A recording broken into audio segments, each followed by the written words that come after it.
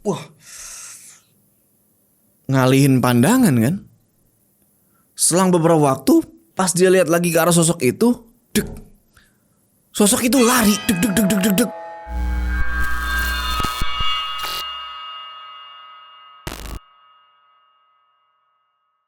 Ya, assalamualaikum teman-teman, balik lagi sama gue Joe. Apa kabar kalian semua? Semoga kalian semua yang nonton video ini diberikan kesehatan, dilancarkan rezeki, dan selalu dimudahkan urusan-urusan, dan selalu dilindungi dari segala mara bahaya di dunia ini. Dan selamat menjalankan ibadah puasa bagi kalian yang menjalankannya.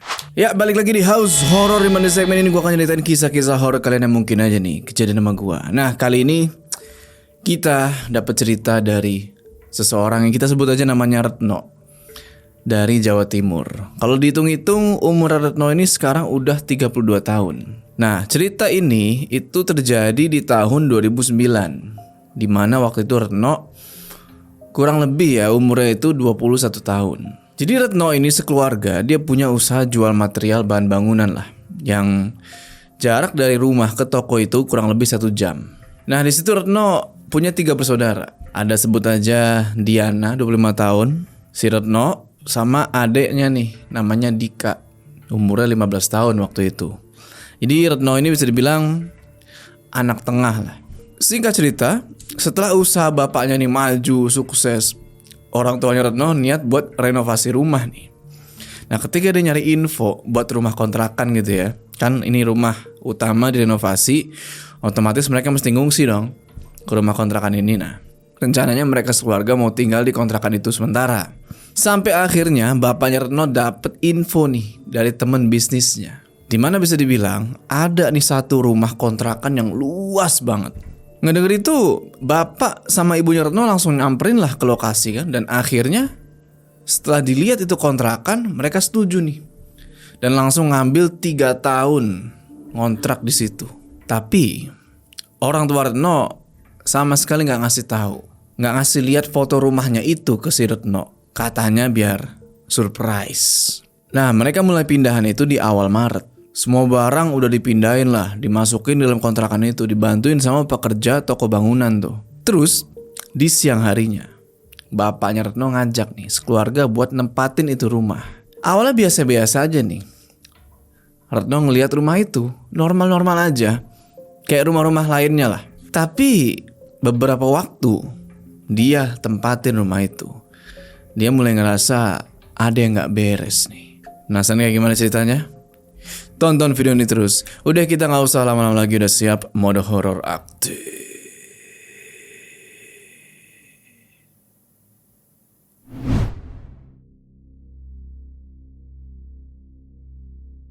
Jadi kondisi depan rumahnya Retno yang baru itu, atau kontrakan dia itu biasa aja. Rumah ini persis rumah panggung, punya pekarangan luas tuh di depan. Terus di pekarangan yang luas itu ada pohon mangga, pohon pisang, pohon sirsak, pohon nangka. Pokoknya wah gila, bermacam-macam pohon lah ada di situ, saking luasnya ini pekarangan. Nah, kalau rumah adat panggung kan buat naik ke atas itu kan pakai tangga kayu kan. Kalau ini tangganya itu dicor pakai semen. Dan teras depan itu juga bisa dibilang lumayan lega lah. Nah, masuklah nih Retno kan. Ketika dia masuk ruang tamu, ternyata wah, ruang tamunya juga lega. Sama ada beberapa kamar yang sebelahan sama ruang tamu itu. Lalu di depan kamar itu masih ada tempat juga nih buat meja belajar yang biasa dipakai bapak atau ibunya Retno ketika mereka ngebuat laporan keuangan toko di situ. Lanjut lagi. Jadi rumah itu ada 4 kamar. 1 ruang tamu, ruang keluarga, kamar mandi, ada dapur kotor, dan juga ada dapur bersih. Jalan lagi kan, keliling-keliling nih. Terus pas mereka masuk ke ruang keluarga, wah di situ ada 4 pilar kayu jati. Yang bisa dibilang pilar-pilar inilah yang nopang bangunan rumah itu. Dan posisinya pilar-pilar itu ada di penjuru sudut rumah. Awalnya normal nih, tapi Retno ini agak bingung karena satu hal. Karena ada ruangan.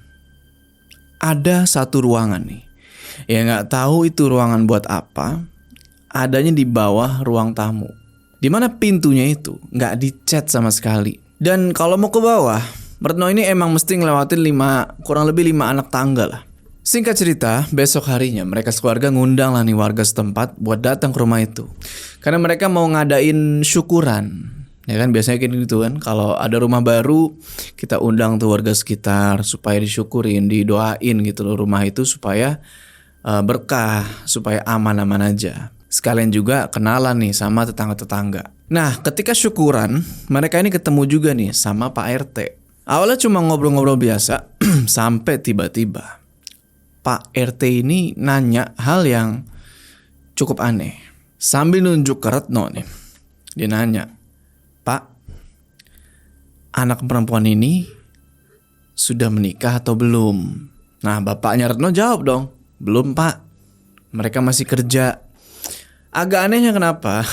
Jangan-jangan Pak RT ini niatnya cari istri lagi nih, jangan-jangan ya. Ngapain nanya-nanya udah nikah apa belum kan? Otomatis Retno agak bingung ngedenger omongan itu. Cuma ya di dalam acara syukuran itu aman-aman aja, gak terjadi apa-apa. Dan awalnya mereka semua ngerasain aman di rumah itu, baik-baik aja, gak ada apa-apa. Mereka juga sering ngaji bareng tuh di ruang tamu. Tapi yang anehnya, setiap tengah malam abis mereka ngaji, itu selalu ada suara gaduh dari ruangan yang ada di bawah ruang tamu yang tadi pintunya gak dicet tuh. Kadang juga mereka ngedenger ya ada suara kayak duk duk duk mukul-mukul tembok dari bawah. Nah, yang sering ngedenger itu cuma si Retno sama kakak perempuannya tuh, si Diana. Awalnya mereka pikir ya mungkin itu cuma suara tikus saja. Jadi mereka biarin lah. Singkat cerita, masuk pertengahan bulan, Mbak Diana ini nikah sama calonnya. Sebut aja namanya Dian. Dian ini cowok ya. Nah, karena sebelum renovasi rumah, mereka berdua ini emang udah tunangan. Sampai satu hari, Mbak Diana ini nanya ke Retno. Dek, celana dalam aku sama Mas Dian kebawa kamu nggak? Pas angkat jemuran atau pas ngelipat? Enggak. Coba Mbak tanya ibu atau Dika, siapa tahu kebawa mereka. Oke lah. Mbak Diana tanya nih ke ibunya kan. Dan ibunya pun nggak tahu celananya ada di mana.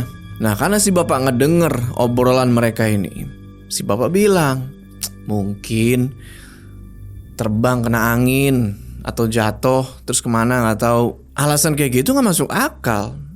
Karena Mbak Diana bilang itu celana dalamnya hilang sampai 3 setel.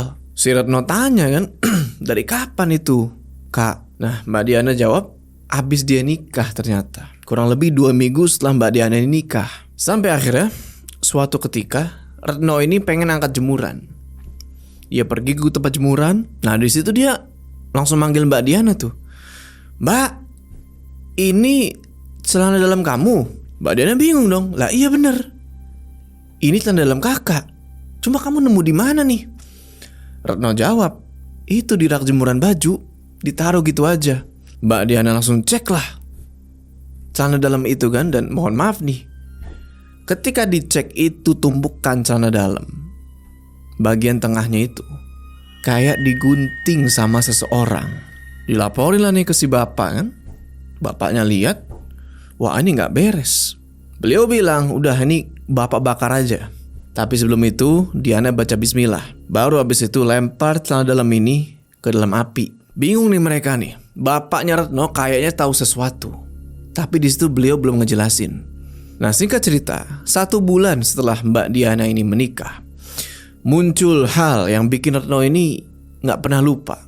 Jadi waktu itu nih, suaminya Mbak Diana ini kan kerja di Surabaya, yang dimana dia pasti pulang nih seminggu sekali. Dan itu selalu Jumat sore. Jadi waktu itu ke rumah Bude itu orang tuanya Retno berangkat kalau gak salah hari Kamis sore jam 4. Mbak Diana sama Retno masih nungguin suaminya Mbak Diana di rumah. Dan sebelum berangkat ke rumah Bude, bapaknya Retno ini ngingetin, "Ingat ya nak, kalau masuk azan maghrib, pintu itu dikunci, tutup tirainya. Pokoknya kalau nanti ada tamu laki-laki, jangan dibukain pintunya. Kecuali itu Dian, suaminya Mbak Diana. Pokoknya selain Dian, pintu itu jangan sampai dibuka." Oke lah kan? Mereka berdua dengerin lah saran dari si bapak ini. Sampai singkat cerita, jam 9 malam nih, Retno yang masih nonton TV, gak tahu kenapa tiba-tiba matanya itu ngantuk aja. Padahal siang harinya bisa dibilang dia udah tidur lah. Harusnya nggak sampai sengantuk ini. Akhirnya karena udah nggak kuat, Retno bilang lah ke kakaknya tuh kan, Mbak, mau tidur sama aku nggak? Kalau iya ayo di kamarku aja. Diana jawab, nggak deh, kita tidur sendiri-sendiri aja. Soalnya kakak mau sholat, habis itu ngaji. Oke lah, berangkat nih Retno ke dalam kamar kan. Nah ketika Retno ini mau masuk ke kamar buat tidur, waktu itu nggak tahu jam berapa, tiba-tiba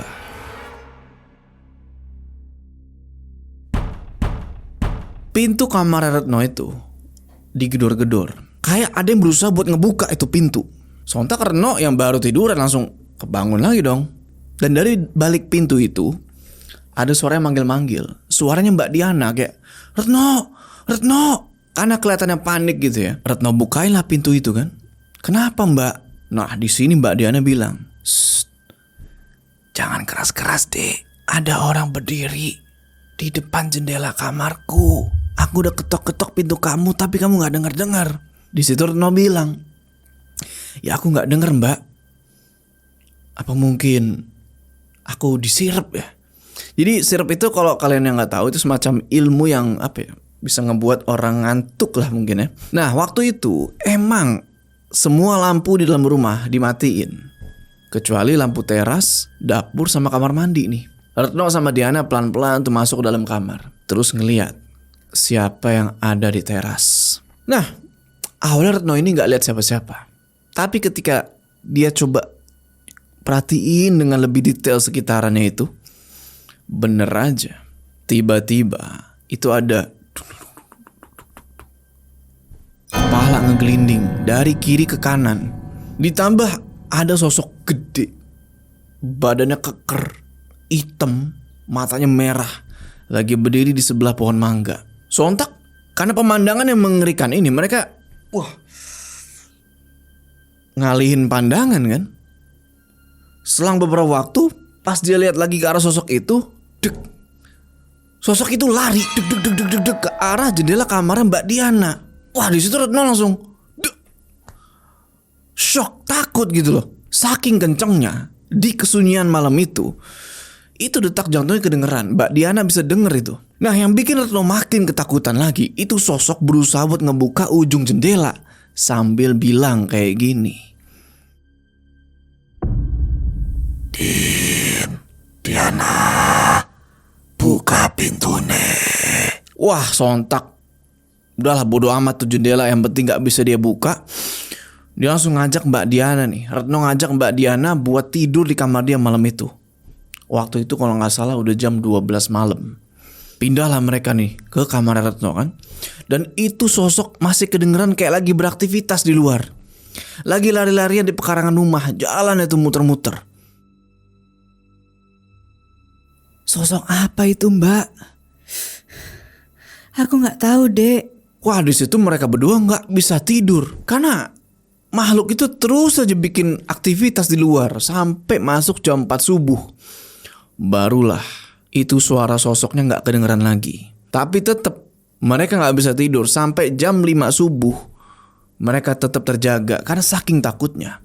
Singkat cerita, Jumat sore suaminya Mbak Diana pulang. Terus Mbak Diana cerita lah soal apa yang mereka alamin itu semalam ke suaminya.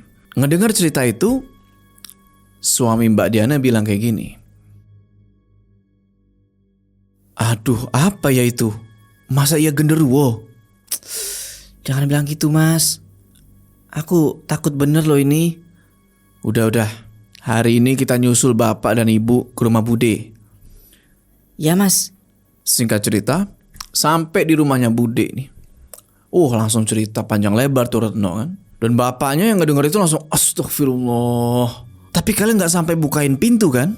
Ingat pesannya tuh, gak sampai bukain pintu kan? Ya Retno jawab, enggak pak, cuma aku shock aja ngeliat itu.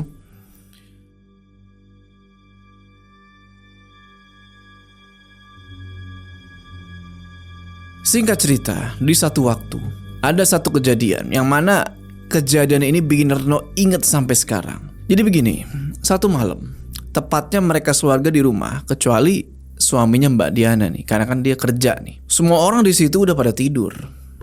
Dan pas itu jam 12 malam, tinggal si Retno nih yang masih bangun. Lagi chattingan lah nih sama pacarnya. Nah pas lagi kayak gitu, tiba-tiba dia ngedenger nih, ada suara orang lagi jalan ke kamar mandi. Kalau didengar dari suaranya, ini kayaknya adeknya nih, Dika. Bener aja, itu si Dika masuk ke kamar mandi, terus kayak nyalain air. Ya udah kan, nggak ada yang aneh-aneh di situ. Nah masuk jam 2 malam, Retno masih belum tidur nih. Dia ngedenger ibunya jalan ke dapur buat ngambil minum. Di situ Retno juga sempat ke kamar mandi nih buat buang air kecil. Dan di situ bener dia ngelihat ibunya itu lagi di dapur ngambil air minum. Ya udah kan, selesai buang air kecil, Retno balik nih, pengen balik ke kamarnya. Tapi ketika balik dia ngeliat nih, wah tadi ibunya lupa matiin lampu nih yang ada di ruang tamu. Ya udah, Retno jalan ke ruang tamu, dia matiin tuh, tak, tuh lampu. Selesai matiin itu lampu, dia balik jalan ke kamar buat tidur. Terus sampai di kamar, waktu itu kalau gak salah jam 2 malam lewat 15 menit lah kurang lebih, Retno lagi-lagi ngedenger ada suara orang jalan dari dapur bersih ke kamar mandi dan ruang tamu yang ada kamarnya Retno, kamar ibunya Retno, dan Dika. Cuma langkah yang ini beda. Ini bukan kedengeran kayak langkah ibunya Retno atau langkah Dika. Ini langkah berat kayak set, set. Sama kedengeran juga suara kayak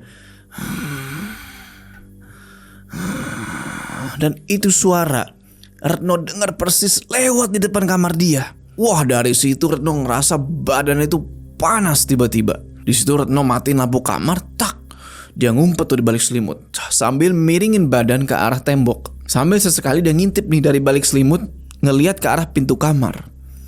Wah di situ dia ngelihat di bawah pintu kan biasa ada celah. Itu kayak ada bayangan lewat. Sampai akhirnya itu suara naik ke arah kamarnya Mbak Diana. Nah pas sampai di depan kamarnya Mbak Diana, wah itu suara makin kenceng. Suara langkah itu makin dan suara itu makin kenceng.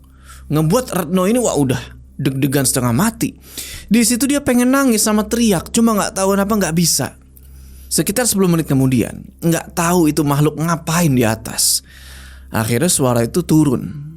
Sekarang ke depan kamarnya Retno, yang mana sebelah-sebelah nih sama kamar ibunya yang ada di ruang keluarga. Di situ Retno ngeberanin diri buat ngintip dari lubang pintu.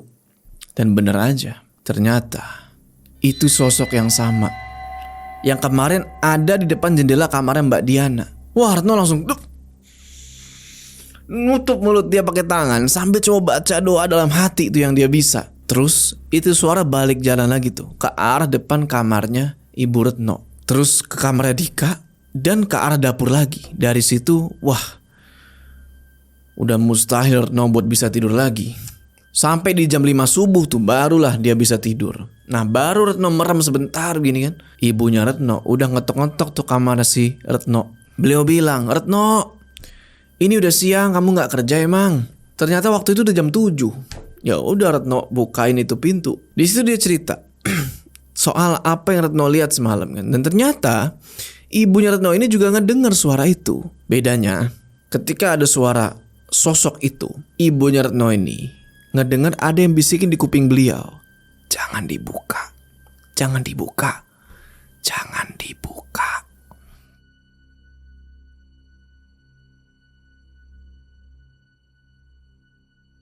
Pak, kapan rumah kita selesai? Aku udah gak betah di sini. Rumahnya serem. Sabar ya, sudah 80%. Tinggal dicat dan tunggu pagar jadi. Udahlah Pak, ayo pindah aja. Rumah ini horor. Ya udah, nanti bapak bilang sama ibu kamu. Jangan lama-lama Pak. Aku bisa stres di sini.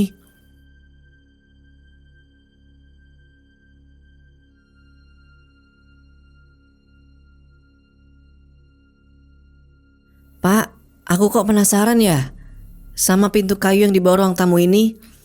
Dari awal kita di sini, kita belum lihat apa yang ada di sana. Ya udah, nanti siang kita lihat ya. Akhirnya bener, siang harinya Retno, Mbak Diana sama si bapak buka lah pintu kayu yang gak dicat itu. Ketika dibuka, bener aja, ruangan di situ luas. Mungkin luas itu ngikutin ruang tamu. Mereka masuk tuh kan, lantainya tuh dicor, sebagian lagi cuma tanah. Artinya ini ruangan kayak belum jadi gitu loh. Tapi di bagian sudut ruangan, ketika adiknya Retno Sidika itu nyentuh temboknya, disentuh kayak gini kan, itu bisa kedorong. Dan ternyata itu pintu, Pak. Didorong, kebuka nih. Oh, ternyata ada lagi anak tangga buat lebih ke bawah lagi. Semacam kayak ruangan rahasia mungkin. Akhirnya karena penasaran, mereka bertiga telusurin tuh. Mereka jalan ke bawah tuh. Sampai di bawah, di situ mereka ngelihat ada satu meja yang dicor semen. Dan di atas meja itu ada dupa sama kembang-kembang kering yang udah penuh sama debu sama sarang laba-laba. Wah, Retno kaget di sini kan. Karena ini udah kayak di film horor, ada ruangan kayak begini. Mikir dari situ, apa jangan-jangan ini tempat semedi atau ritual? Selesai mereka tahu ruangan itu, setiap malam itu mereka selalu ngedengar suara gaduh. Nggak tahu lah, suara gaduh siapa yang ngebuat itu kan? Nah, 2 minggu setelah itu, mereka sekeluarga mutusin buat balik ke rumah. Karena renovasi rumahnya udah mau selesai. Sebelum pindah, mereka pamitan nih sama Pak RT. Dan karena penasaran, mereka nanya lah nih ke Pak RT soal rumah panggung yang mereka kontrak itu. Ini sebenarnya rumah apa? Siapa pemilik sebenarnya? Pemilik dulunya tuh siapa? Ceritalah nih Pak RT. Jadi dulu ada satu keluarga, kita sebut aja namanya keluarga Pak Slamet, yang bisa dibilang itu serba kekurangan. Utang banyak, ya punya masalah lah, banyak masalah. Nah, Pak Slamet ini penjual donat keliling, tapi nggak tahu kenapa suatu hari Pak Slamet yang cuma penjual donat keliling ini punya banyak uang, bisa ngelunasin utang, bisa merubah hidup dia lah, bahkan sampai bisa beli tanah dan ngebangun rumah panggung di situ. Banyak yang bilang kalau Pak Slamet itu ikut ritual pesugihan, yang dimana mesti ada tumbal orang. Sampai akhirnya suatu ketika Pak Slamet ini lupa ngasih tumbal. Anak perempuannya Pak Slamet yang baru nikah itu ditidurin sama jin yang nyamar jadi suaminya sebagai ganti dari tumbal itu.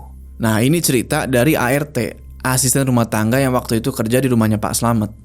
Setelah kejadian itu, Pak Slamet sekeluarga pergi nih, ninggalin rumah panggung itu dan berangkat ke Bali buat hidup di sana. Tapi sayangnya, mereka pergi ke Bali nih, mutusin buat naik kapal. Dan karena ada sebuah insiden, itu kapal tenggelam dan mereka semua meninggal. Nah, warga-warga sebenarnya juga penasaran nih sama apa yang asisten rumah tangga ini ceritain soal adanya ruangan buat ritual. Tapi ketika waktu itu warga mencari-cari di rumah itu ruangan ritual yang dimaksud, mereka nggak nemu. Nah, itulah semua tuh cerita dari Pak RT. Akhirnya keluarganya Retno ini jadi tahu kontrakan yang dia tinggalin itu. Nah, setelah saya pamitan sama Pak RT, mereka pulang. Dan mereka berkesimpulan nih, kalau selama ini ketika Diana diganggu itu bisa jadi karena dia ini pengantin baru. Makanya Pak RT itu di awal nanya, ini ada yang mau nikah atau enggak gitu kan.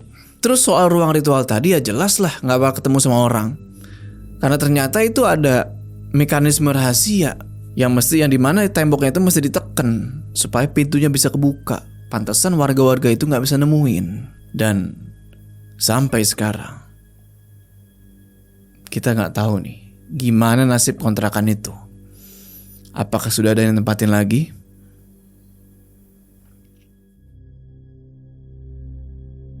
Oke teman-teman, itulah ceritanya. Gimana? Ada yang pernah nempatin kontrakan kayak gini? Menemukan sebuah ruangan rahasia menjadi tempat ritual? Oke, sebelum kita berpisah, jangan lupa kalian like video ini, dan bagi yang belum subscribe, ayo subscribe ke channel ini supaya kalian gak ketinggalan cerita horor selanjutnya gue Joe. Sampai ketemu di cerita selanjutnya.